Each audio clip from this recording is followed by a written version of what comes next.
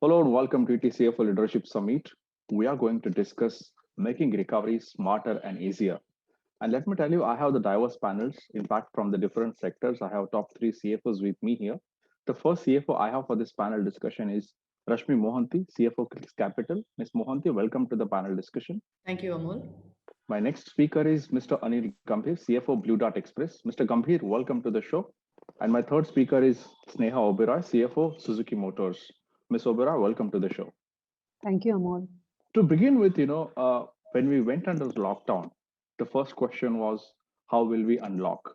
And when we started unlocking the things, when the situation became a bit normal, the important question which every economist, financial professional, CFO, and the leader of the India Inc. or the corporate India had was how to recover. What are the losses that we had happened in the recovery during the pandemic, during the lockdown? The important question was how to recover. After September, October, we started seeing a little recovery. In fact, the numbers of GDP and specifically GST were also, a positive sides. But now, when the vaccination has begun, now when the situation looks more predictable than it was earlier, my question to all of you is, how the recovery looks like. And I will begin with you, Ms. Mohanty, first. How do you see the recovery happening now in 2021? Amol, thank you for the question. And I'll give you a perspective from what we are seeing from an NBFC sector. And for us, as you rightly said, we did start seeing some green shoots in recovery in the month of September, October. And that was largely driven by the holiday season. Diwali, post Diwali, we saw some Navratra, and then Diwali, we saw some good volumes coming into the market. We work with a lot of partners. As you know, Clicks is a digital lender. We do have a lot of fintech partnerships that we're working with. And every time that we spoke with them in October, November, we heard the same thing from them as well, that consumers are back in the market. Consumers are looking for loans, and which for a lender is a good sign. It's a good sign to say there is business that's going to come our way as well. Uh, the only thing is that at that point in time, we had to be careful. We had to be careful in making sure that the demand for our product, which is basically retail loans, was a demand driven by consumption and not a demand driven by refinancing or repayment that a customer is doing to another Right. lender, an NBFC or a bank, and coming under pressure. What we've seen in the last, since September, October, the trends only become better. We've seen our volumes grow. We are seeing consumers across different segments who are coming back in the market, and these are not consumers who are, these are not customers who are taking loans to repay their existing loans. There are part of that as well. And as an NBFC, we kind of do that business as well, where we do balance transfers as well. And we're also seeing a lot of balance transfers happening from our own accounts as well. Okay. So we are, but at that same time, we're also seeing customers who are coming in with genuine demand for consumption. And that gives us hope that yes, what started in October, November with the holiday season, it's trending well. As you yourself said, the data is there to prove that yes, things are looking good. I don't think we can even today say that things are back on track or are back as we call it BAU, business as usual. But yes, things are looking better. Noted your thoughts, Ms. Mohanty, and you kind of set up a tone, and it was, quite meaningful. Mr. Gambhir, I will come to you. In fact, what I understand from you, or whatever the notes that we exchanged some time back before we begin, is your company was still doing important work while we were in the lockdown and during pandemic as well. But now in 2021, the situation is looking better. How far away are we from the recovery? Or if I took the question to what I asked to Ms. Mohanty, how do you see the recovery in 2021? At the outset, I fully agree with what Rashmi mentioned about the recovery path. But the slight difference here is that we never stopped working during this pandemic period, because we were playing a very crucial and critical role, working with the government organization and health ministry to ensure that COVID kit, etc., distributed. All the required material for fighting COVID was made available to health workers. So from that point of view, being essential, part of the system ecosystem, we have been working. But yes, we also saw recovery gradually. is quarter end June, we saw volumes coming to about 75% of the pre-COVID level. And then as we moved into August, September, I think by August we were fully recovered, and from September onwards we saw some growth trajectory coming in, and that's where we mentioned about that green shoots coming in and the economy probably seeing a V-shaped recovery. Having said that, recovery has not been very smooth, but because there was impact of migrant laborers which moved away, we had to obviously handle that challenge. But having said that, once we handle the challenge, moving ahead, we have been seeing a strong volume, and that is backed by e-commerce, shipments. Because what has happened, most of the people who are working from home, they are finding it easy, and especially when the outside there's a lockdown, and also there's a fear of contracting COVID. So people from comfort of home have been ordering, and that's where we are also seeing volume growth in the e-commerce space. So that has led and supported strongly by B2B volume. So we are currently in a growth trajectory. That's what I can say, as we move into 2021. Thank you. Good to understand from you that you're in a growth trajectory, Mr. Gambhir. And after taking views from the finance company, I was providing the capital and also the logistics company. Now I'm moving ahead with a very, very important sectors, which is automobile. Ms. Oberoi, you belong to a sector which is kind of a benchmark to the economy. Whenever there are any updates, whether in the economy or in the finance sector, the first indicator is how the automobile sale is looking like. Okay, so your perspective matters a lot for me. So how do you see the recovery specifically in the 2021? Yes, first we talk about future. Yes, for 2021, we are seeing a V-shaped recovery. And I must say that the automobile companies have seen the worst phase in the first quarter. But the important part here, which we have to consider, is that automobile companies have learned that how to reach to the customer who are physically not available in the market. Yeah. You can understand whenever somebody is buying an automobile, be it a bike or a four-wheeler, it is like a joy. It is like a festival in the family. Everybody wants to go see, look and feel the product, and then they want to buy it. So during this pandemic, they have taught us a different way of doing business. They have taught us that how to reach the customer virtually, Right. how to make the things available to the customer virtually, not only the product, for the service part also, that how virtually, how online they can book the servicing, and we can provide them the services, and take the bike or something, and then we can provide them the services. So this pandemic has taught us lots of new things. They have helped us to analyze our weak areas. They have to help us to analyze our health indicators, and the pandemic have helped us to analyze that where we have to give more what we call that weightage of understanding the business and all those things, where how to remove the weaknesses. So from that perspective, I must say that pandemic has given us challenges, and we have learned from this, and we have also learned that this kind of situation can arrive anytime. Exactly. In future also, and so we have to be prepared. We should have all the things ready. A dexterous committee, a dexterous team of the management who can show the leadership during this time, to whom the employees can see, and take the right decisions accordingly. So these kind of things companies have also learned, and of course, based on that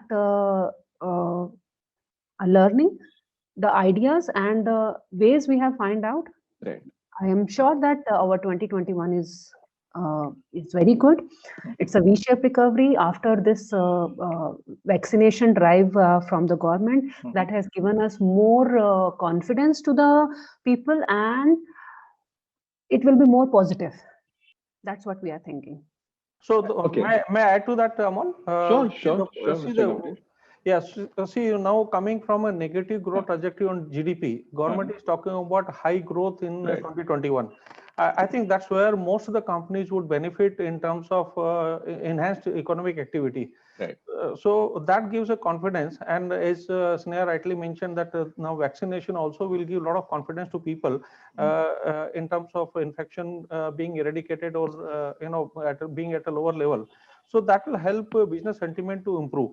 Having said that, if I come to our industry, I think logistic industry is already in news for movement of vaccine. So that could be another opportunity which we could see as we move ahead in the year 2021, because large number of vaccines needs to be moved to pan India. Right now, only first phase, that too only health workers are covered. Right. But as things progress in future, there will be large amount of vaccines, not only domestically but even internationally, need to be moved, because India is becoming a vaccination now producing hub. So from here, exports also would be there. So that could be another opportunity for Indian economy, to get good momentum on that front. Thanks. Just Okay. one more thing. And Sure. the government's drive, that Make in India project again, means like again they are thinking of this Make in India project because they want India to be more exporter than importer. Mhm. These kind of steps by the authorities, by the government to give benefit to the startups, to MSME, and all those things, that will definitely help. Uh, Actually, not only for 2021, I'm hopeful for the next years Right. also. It will take little bit of time for the small businesses to come up, but that will Right. definitely help. Okay, thanks, Ms. Oberoi and Mr. Gambhir. You talk about the confidence make in India and so much optimism. And Mr. Gambhir, you also spoke about the confidence and the logistic part. Ms. Mohanty, all this will happen only if they get enough capital, right? So where are you going to infuse the capital in 2021? Are you at a comfortable level compared to what it was pre-COVID level? And are you open to infuse capital at a large level, because that's when the drive will actually start, right? Let me just give you a very honest assessment, at least my own personal honest assessment on government's efforts to bring in capital into the economy. Right. Um, I would think they started a bit late. I would still say that. At least the implementation part of it, the announcements came in very well in time, but the implementation of those schemes and those ways to get capital across to the industry, whether the corporate segment or the NBFC segment, and which in turn would have then provided the capital to the last leg of the economy, the last mile, which is the MSME and the personal and the individuals, came in a bit late. The implementation happened a bit late. We saw a very slow start in terms of getting any kind of a relief in terms of getting capital from the government schemes. So you can very well imagine that in a situation where you are suddenly hit by the pandemic, there has been a lockdown, which I don't think anybody of at least our generation has seen happening in the country ever before. And you've got people like us at the helm of affairs. Our immediate reaction is just control everything. We will not spend, we will not disburse, we will not take any undue credit risk. And it's only the government at this point in time who can come in and give that confidence and support to say, go ahead, do it, and we are there behind you. So as I said, their announcements happened probably on time. The implementation took time, and we saw a very slow start to the capital being made available to the corporates and to the NBFC segment in particular, given that we were the most affected. And but what I've now seen over the last, I would say, few months is that there is liquidity which is now coming back into the market for corporates and for individuals. The risk aversion is still there. Banks and large lenders are still averse to taking any kind of an undue risk. They are monitoring. They are how should I say, rationing it out. But there is more to be done in that space. There is a lot more to be done in that space. And finally, what happens, like for an NBFC like a Clicks and other NBFCs, of our kind, we are the ones who get hit the first. We've lent loans to individuals as personal loans. Now, if they don't have a paying capacity because they've had job losses, or Right. if they've had salary cuts and therefore they cannot service the loans that they've taken from various lenders, we are the first to be hit. The banks and the NBFCs, the lender Yes. segment, is the first to be hit, right? And therefore, and that's like cash flow stopped, and therefore that there is a lot more to be done in that space, Amol, to my mind. Banks have implemented, I mean, RBI made available liquidity to banks, Hmm. saying, please go ahead and distribute that to the NBFC and the corporate segment. Banks were hesitant. I think the made the banks do a little better than the first time around, Hmm. but a lot more has to be done in that space. And I I'm think not talking just yes. about the money which is being routed via the banking system into the corporate segment. It's also about government's own push to get capital into the economy. Even that needs to pick up space now. So both Okay, sides. I think valid points, and in fact, a lot more need to be done is a very important statement. I will come back to you specifically on the bank and NBFC a little later. But Miss Obera, I will come back to you and let's discuss more in detail about the recovery. Yes, it looks really nice that everybody of and each one of you, and in fact, the whole industry believes that 2020 will be a time for the recovery. How will the recovery happen at your company, Ms. Oberoi? What are the strategies that you are crafting in terms of speed or the aggressive recovery for 2021? As I have already discussed that we have learned how to reach customer and we have made the plans accordingly. First of all, that is because we know that if there is no customer, then revenue cannot be generated. So first of all, it is important to book, to block, to see the future of your revenue and see that there should be continuous sale. So we are making the plans accordingly. The next thing is employees.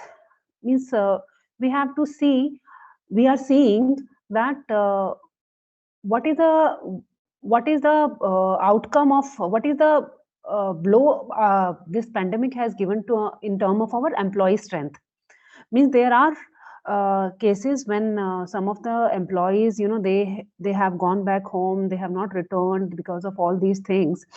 So we have planned our employee welfare strategies also, that how we have to make them available, make the office available from their home, work from home thing. So in that to make that strategy, to make that happen, we have used lots of digital technologies. So we are also looking at the IT part. We are also making all the things, taking all the steps so that our IT is strong enough to so that office work can be done at home. And secondly, with this digital security, data security is also important, data availability is important, cyber security is important. From all these perspective, we have to take the right action, that how all these things need to be secured so that there is no leakage. Because you can understand that in automobile designing and R&D, there are secret documents which need to be remain in secret till the time product is launched. So this is something very important which we have to see.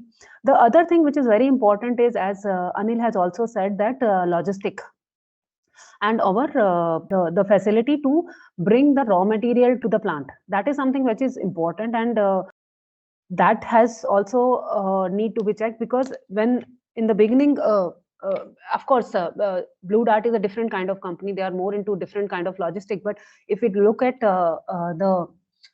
the transporter point of view, in the first 3 months they have not done anything, and there was a liquidity crisis for them. So how to make the liquidity available to them, how to make the working capital available to them. And similarly, we also have to see our supply chain from the perspective of suppliers. So when we are making the strategy, we have to see input, employees and output, everything together. So all these this situation, this is first of its kind. This has given a lot of liquidity problem. Cash is not only a king, it has become a necessity for everybody. So we have to, when we are thinking of future and we are making the policies accordingly or plans accordingly, we are looking from the perspective of supply chain, how we have to make the liquidity available, and of course at the suppliers also the labor should be available. We also have to see that how the employees have to be available, not only sitting at office but from home also. And you can understand in production industry, so for those things also we have to see that how we have to make them secure from the infection for those who are coming at the plant. Yes, there are different departments which can work from home, so we have segregated those also. These are the areas we have set. And then the liquidity, the working capital requirement of the dealers, because those are the one who are actually selling our products. Yeah, so allow me to come back to you on a small cross question. So, are you comfortable to make investments into your capacity? See, right now, if we look at this investment, we are looking for the future investments, correct? Investments in future because we are hopeful. Correct. Fine. So from that perspective, and yes, if we are talking about the talent, the investment in the talent, yes, that's definitely we are open for that because not in the short term. I'm not saying that within 3 months or 4 months we have to hire more people. No, yes, but for the long term, yes, definitely we are open for that also. Quite interesting, Ms. Oberoi. Mr. Gambhir, Ms. Oberoi spoke about 2, 3 points about the talent management, the capacity investments in near future, and also about the digital. So I will come back to you specifically on the digital part because logistics industry has been using digital very, very aggressively. How do you see digital actually shaping up specifically for your industry going ahead? What are the changes, partnerships that you see, so that you can recover aggressively and maybe reach to a next level of growth? You very well said, Amol, that digital has become actually backbone of all the industries at this Right. point of time. And the importance has been further underlined by the Mhm. pandemic. Yes. So what we have done, we have used this pandemic time to upgrade our skills on technology. We have upgraded our technology as well. So many things have been made digital, be it deliveries, which I'm sure you must have been reading about in media, that we have been pioneering the contactless deliveries. So during April month itself, when pandemic was at full strength, we Mm. thought if we had to continue delivering, how would we deliver? Because our employees need to be safe, our customers who are expecting delivery or who are giving Correct. pickup also need to be safe. So we made sure we innovated a new system whereby, especially on the delivery front, earlier when people were signing on a sheet for acknowledgement or on a machine, which was Mm. a contact, a physical contact. We removed that contact and Mm. we converted that into contactless deliveries by enabling OTP-based delivery. Mm. So the OTP becomes an acknowledgement from a customer for having received the delivery because it comes from his mobile number, which is registered with the person who sent the shipment. Mm. So from that perspective, then to sustain our operations, obviously, as Sneha said, cash was not only king, cash become actually oxygen, because Right. without cash, nobody would have survived. So without oxygen, one cannot survive. Cash was so important at that point of time, Right. and continues to be that important. So to collect cash, which is from existing customers on the existing receivables and also future billing, whosoever availing services during that period, we enabled a digital platform. And I'm happy to share that we have currently 16 to 17 platforms through which people can pay conveniently at their convenience to us. So that's a digital collection. Similarly, when we were providing service, obviously earlier bills were also physical. We Mhm. converted them also as digital bills. Mm. So we submitted all the digital bills. We collected money in digital form. So earlier digital collection used to be about 15-20%, which Mm. during pandemic became 100% of the collection through digital mode. So Right. that platforms were enhanced to get that money, and it was quite successful. Similarly, as Sneha also mentioned about taking care of our channel partners and also vendors, obviously they also needed money to run the operations. So we accepted their bills digitally. We made payment to them digitally. So entire chain for payment receipt and payment to vendors became digital, including Mhm. billing. So that's the kind of digital enablement has been done. Mm. Apart from that, employees, since we are a labor intensive industry, a Mm. large number of people work for us, so we had to make sure well-being of our people. So to have that connect with the organization, we took two steps. One, that we developed a new app through which they can look at not only the they can upgrade their skills, because we provided the e-learning module on the app. Apart from that, Mm. we told them from psychologically, if they have some issue, we provided help on one-to-one to them through this tech application, so that their problems they can share, because this was a time where people were under a situation which is unprecedented. So we needed to support them. So from that perspective also, any kind of problem they have, we provided psychological support, also psychiatric support to people who was needing that help. So that's a tech enablement for our people have been done, including for the customers. As we move ahead, we are looking at a lot more automation, because as I mentioned earlier, during pandemic time, we had issue on labor migration, and with the volume increasing, obviously one cannot depend too much on manual work. So we are looking at automation of our facilities, whereby facilities can segregate, distribute, and also loading perspectives. We automate our hubs so that that requires least of manual intervention. So that will not only help in terms of faster movement, but also help us in improving efficiency. So those are kind of support we are taking on digital front. Having said that, on the backend side, we are deploying machine learning and artificial intelligence to know behavior pattern of customers as well as of our consignees, so that we become more efficient on that front, and and resilient in the time of pandemic. So that's where we've been taking number of initiatives on digital side. Yeah. So Mr. Gambhir, quickly, all the companies are adopting digital very, very aggressively, no doubt about it. I mean, that's an ongoing phenomena. But are you confident of making huge investment this year specifically, or does the time frame or does the environment make you, what you can say, confident to invest in 2021 specifically into digital and other activities? Amol, I would like to highlight, when I'm during pandemic itself, we have been making investments. So obviously, when you're in growth trajectory, it makes much more sense for us to invest. So that confidence level is quite high on that front, and that's that's going to be way forward for us. Okay. Amol, I also want to add, yes, I agree with Anil that it is a way forward. Fine, because you must have seen that we have, as I have said, that this pandemic has given us lots of learning. This pandemic has also given the learning of work from home. And work from home is not possible without digitization.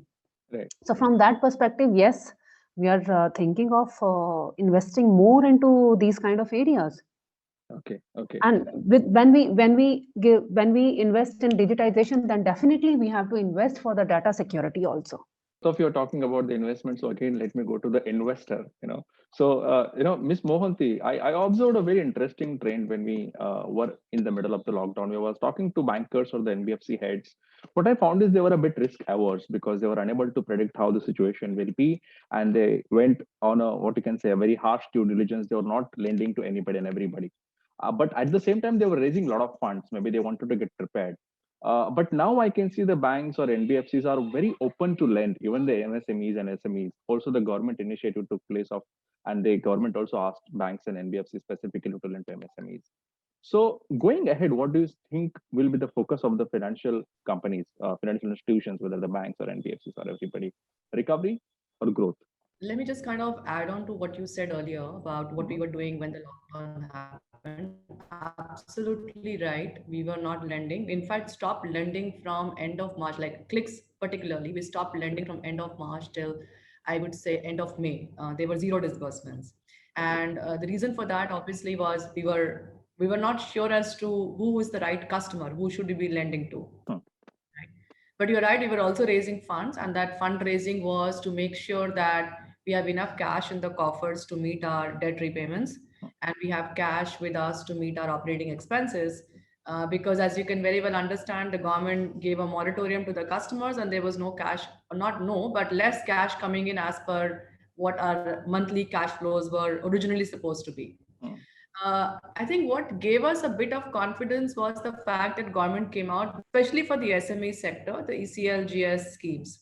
We were able to depend on that a little and go and start having a chat with our customers. And by the way, that just happened as a part of a larger exercise that we did with our entire customer base. So we actually called and touched base with each and every customer of ours and made use of our collections team to not only make sure that we collect, but use the sales and the collections team to make that connect with the customer and know what's happening with the customer. In that process, we realized there were customers who they had given as a current address. As Sneha mentioned, people kind of moved out of their current locations back to their hometowns. We realized there were people who had gone back home. So we had to go back and dig into our records to find out their permanent addresses and establish contact with them. But that exercise was done at a very, very extensive level to make sure we stay in touch with the customer. We know what's happening with him, what is he going through, and what is the impact of the pandemic on the customer. And as a result, be able to intelligently understand and where that also helped us while we were connecting with the customer for the government schemes, where, as I said, the emergency credit line that the government came out with for the MSME sector, we were able to go connect with them, explain to them, understand that they really do have a need for it or no. And that entire understanding of the customer's requirements helped us post when we started the disbursement journey in what I would call a very cautious way, but yes, getting back to what I would call normal.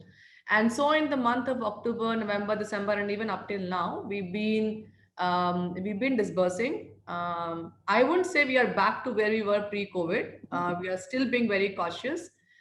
We are probably taking a lot more collateral in case of secured disbursements. The LTVs are a lot more subdued. In case of unsecured, the ticket sizes are small. We are making sure the customer has the ability to pay, look at cash flows in all forms and manners to make sure that the money will come back.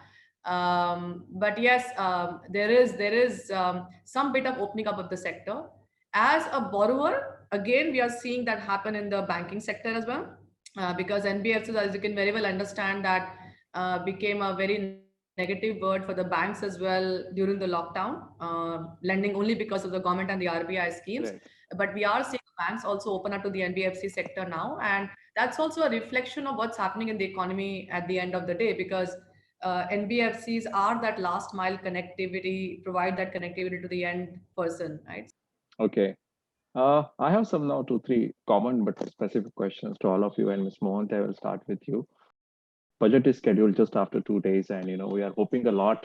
Obviously, the finance minister is going to have many challenges. The first challenge is going to be the vaccination and the fund for that. The revenue is less for the government. So, considering all these challenges, finance minister is going to present the budget. So, Ms. Mohanty, what is that you expect? What is your wish list? What do you demand from the finance minister? Can I just pick up something from what Anil mentioned about Sure. digitization and your question on digitization Sure. first? And that is the first thing probably that Uh-huh. I would want some bit of help in the budget. Can be actually outside the budget as well. See, it's not just about a customer buying things online or digitally. It's Right. also about, from our perspective as an NBFC, it's also about a customer being able to then borrow digitally as well. And there are still a lot of impediments in getting that entire borrowing process Mhm. digitized. We actually at Clicks made a head start in terms of at least making sure that we have a lot of fintech partnerships with fintech companies. We have our own digital channel as well, where we source our customer digitally. Mm. But what happens is that you can source a customer digitally, you can show an offer to a customer digitally. You have a customer who's trying to buy something in a physical store or even an online store, and you can make an offer to him to say, do you want a loan for this? Mm. Right? But the entire fulfillment is still a manual process largely. Right. So I think one of the things that I would want the government to really focus on is that look at this entire digitization space with a new lens to say it's not just about opening digital channels, as Anil mentioned, omni channels, different kind of online platforms being made available, but it's also the whole compliance and governance with Right. respect to the digital journeys in case of consumer behavior, consumer process that happens, right? So I think that's the first thing. So they've made video KYC, they've allowed video KYCs now for as KYC process, but we still haven't been able to get on with it. There's a lot of data that's available still on things like digital lockers. You have your Aadhaar cards and you've got your a driving license available on that digital locker, but then you still would want, just for better comfort, the customer to provide you with that Aadhaar which is valid or on a signed way or something like that. So I think that's one thing that I really would want the government to focus on. Other than that, I think one big challenge in front of the government is how do you go back to creating jobs? There is no easy answer for that because everything that they're going to do for job creation will require a lot of capital, Mm. whether it's opening up the infrastructure sector, whether it's opening up the housing, construction, whatever be it. But I think Right. that's something which they need to focus on. And I guess Ms. Sitaraman will have a challenge in trying to allocate capital across different segments. Because to me, the other big segment that really needs a lot of support is the tourism and the services industry. Tourism, travel, airlines, restaurants, I think they're all kind of been in the red now. People have shut down their companies as well. I think there's a lot of support that's required in that segment. And the last thing, which is of very dear to us, being a lender to the SME segment, is that see all these schemes that the government came out with help the or is helping the MSME segment to or it's eased off the burden of debt repayment and servicing for the MSME segment. At the end of the day, even if you give them a moratorium, even if you tell them, fine, we'll restructure your loan, Right. we'll ease off the debt pressure for you in the near term, they still need to find that money to repay the loan eventually. Right. Until and unless we can do something to make sure that they get their production back up and running Hmm. and get it up and running profitably, Hmm. which is where the government support comes in terms of making sure there are channels to pick up their produce. There are channels to make sure they get the money quickly. There are channels to make sure they get the right price for their product. And some Right. of these initiatives about opening up tenders only for Indian companies, and e-marketplace, all of these things are very nice, good things that can achieve that. And I think that should be a focus area for the government at this point in time. I think very meaningful, Ms. Mohanty. Your thoughts are, Ms. Oberoi, your thoughts? I think Rashmi has covered most of Right. the areas, and I agree with her that job creation is one of the biggest challenge which government has right now, and they have to take steps in that direction. And secondly, as she rightly said, liquidity is a problem for most of the companies, and that needs to be catered to. And if I talk about automobile industry, see, the thing is, and specifically for the two-wheeler industry, two-wheeler is not a luxury, it's not a premium, it's a necessity now.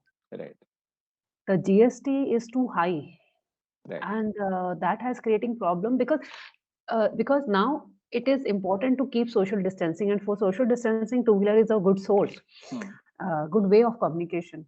And in those areas, government has to think, and they have to make means government can make a differentiation about the premium and non-premium products in the Hmm. automobile industry also, Hmm. and accordingly the different tax should be charged in the on the products. Hmm.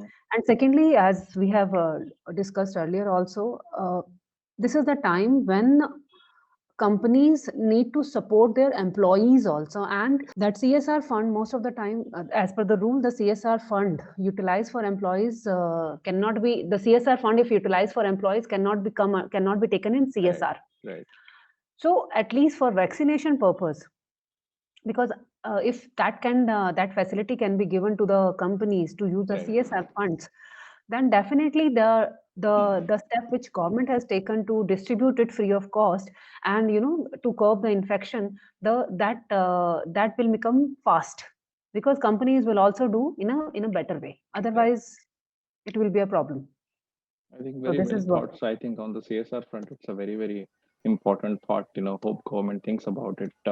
Mr. Gambhir, your views, the budget expectations. Sure. I will not repeat the part which Sure. both the other panelists have spoken about, because those are equally important, like job creation, etc., and Right. CSR thing. While we talk about job creation, I think government has many plans on table. I think we need to government needs to expedite that. Like they have been talking about Make in India to be successful, 5 trillion economy to happen in 3 to 4 years now. So for all that to happen, what it requires is enabling platform. So there is some index called ease of doing business.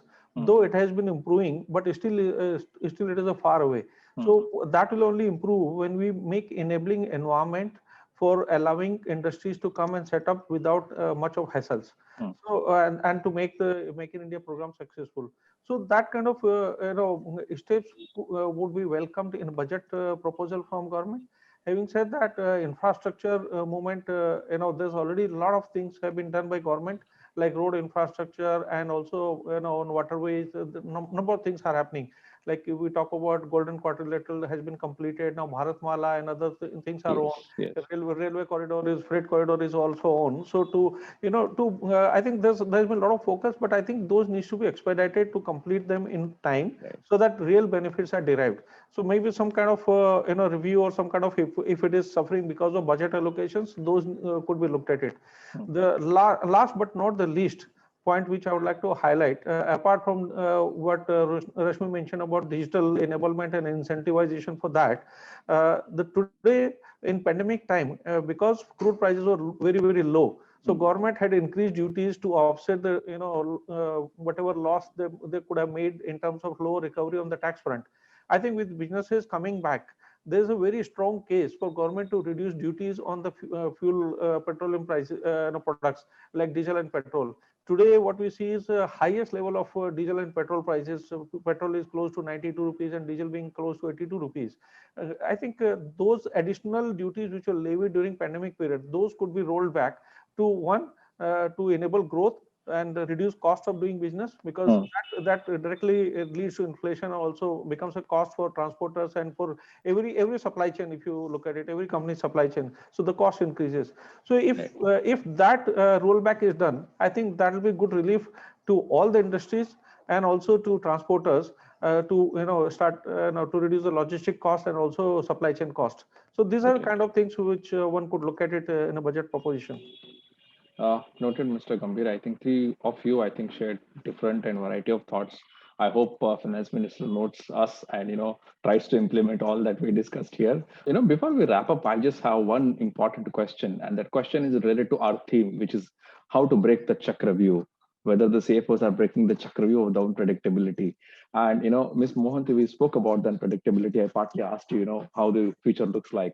So yes, it's uncertain, unpredictability is still there. But if I could ask specifically to all of you, and to begin with you, Ms. Mohanty, how can CFOs break the chakra view of unpredictability? Is there any weapon available?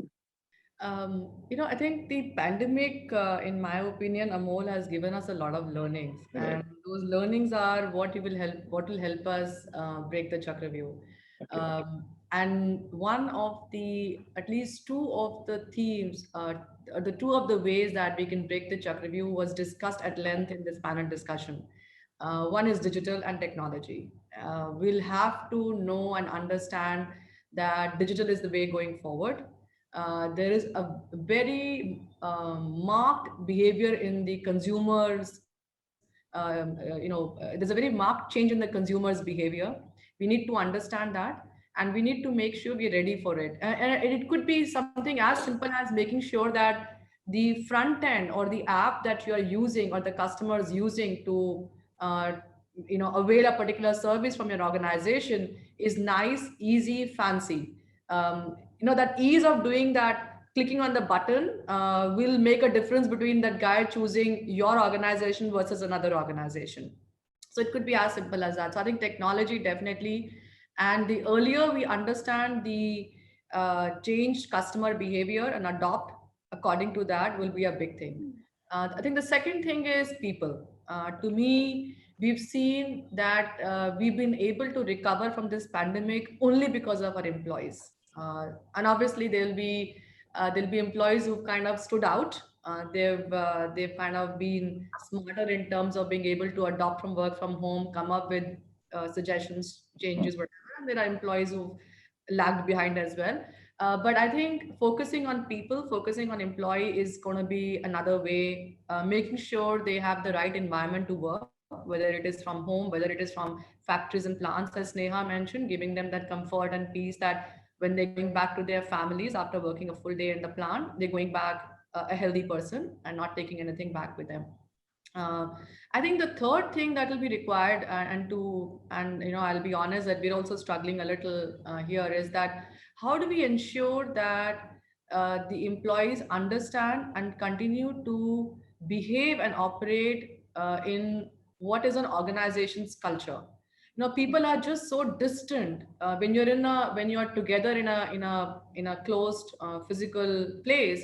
You're having those one-on-one interactions, you're having those group interactions, you can watch people's body language, you can communicate a little differently than virtual. to make sure that people, everybody in the company understands what is the company's vision, how are we going to drive that vision, how are we going to get the results, and therefore what is the behavior expected of them, or what are the professional deliverables expected of them. That entire thing, which I would call as culture, is something that if we can do a good job on that, I don't think there is any reason why we will not be able to come out of this chakra view. So to me, Right. technology, people, and this intangible thing called culture, vision, whatever you may call it, is what I would say will help us break the chakra view. Wow, very interesting. Miss Oberoi, what is the weapon that you are going to carry or you think that the CFO should have? See, the thing is, honestly speaking, there cannot be a ready-made solution for anything. And Rashmi has already touched all the points. But see, the thing is, what I feel that crisis has given us opportunity Mhm. to restructure the business to its full potential, to find out the weaknesses, to remove those weaknesses, to find out the new way of doing business, to find out the new way or to reach the customer and employees. Employees are the biggest strength for any organization. It is required that they remain informed. Mhm. And as Rashmi rightly said, the culture needs to be maintained. Mhm. And that should be transferred to the employees accordingly. Because Right. during the pandemic, it's not that we have not taken the new employees into our organization. So that culture need to be maintained. And the important thing, which digitization is also important. The other thing is, as I said, that identify the weakness, find out the loose points, and try to repair those and take the right action for those weak areas. That Right. is very important. And when you are in these kind of crisis, you have enough time to think of all these areas of your Right. weaknesses. So this is the right time. So I think we will bounce back when the pandemic is over Right. and we have infection-free world. So that Right. is the thing I can say. Okay. Yeah. Great. Mr. Gambhir, how will you break the chakra view, or what is the weapon that you would like to suggest to CFOs to break the chakra view? Sure. So pandemic has forced businesses to, review every single assumption which they had for business plan, Right. right? To go back to drawing board and review. So Mhm.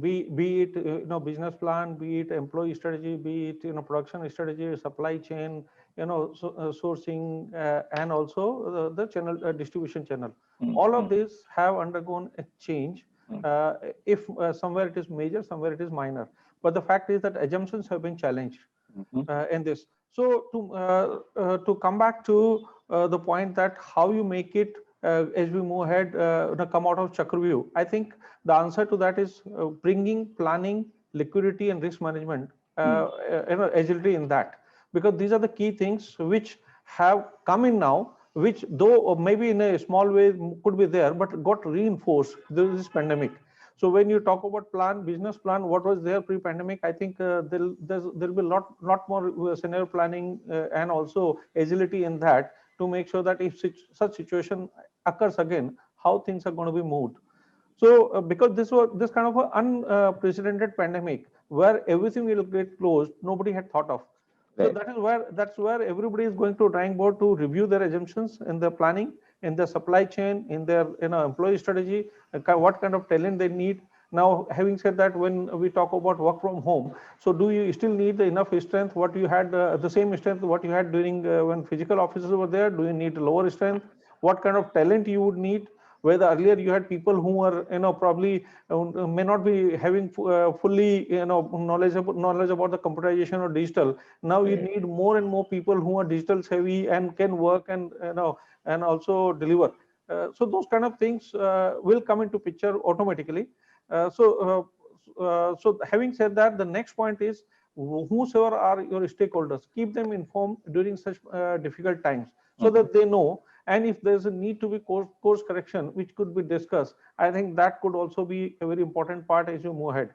Yes, we already said that this now work from home is almost kind of a reality, which earlier was a small maybe what one said would say exactly, on a case to case basis people Right. are being allowed, but now it has become a norm, it's become a hygiene for many of companies. And in fact, many of the companies are looking at convenience for employee as well as cost saving opportunity for the organization by reducing the real estate and the establishment cost.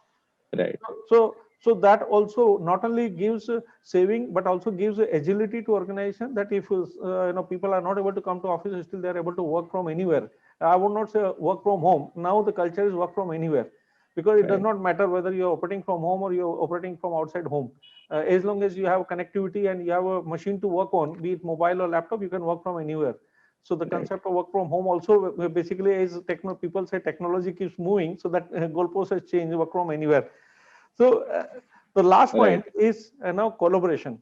Collaboration, because many of the things one could operate during this pandemic time is because of collaboration, be it your technology partners, be it your supply chain guy, or be it your distribution channel. Like Sneha earlier mentioned that they had to take care of their dealers, because working capital was a key challenge for them, cash was a challenge for them, and they are the sales driver or revenue driver for them.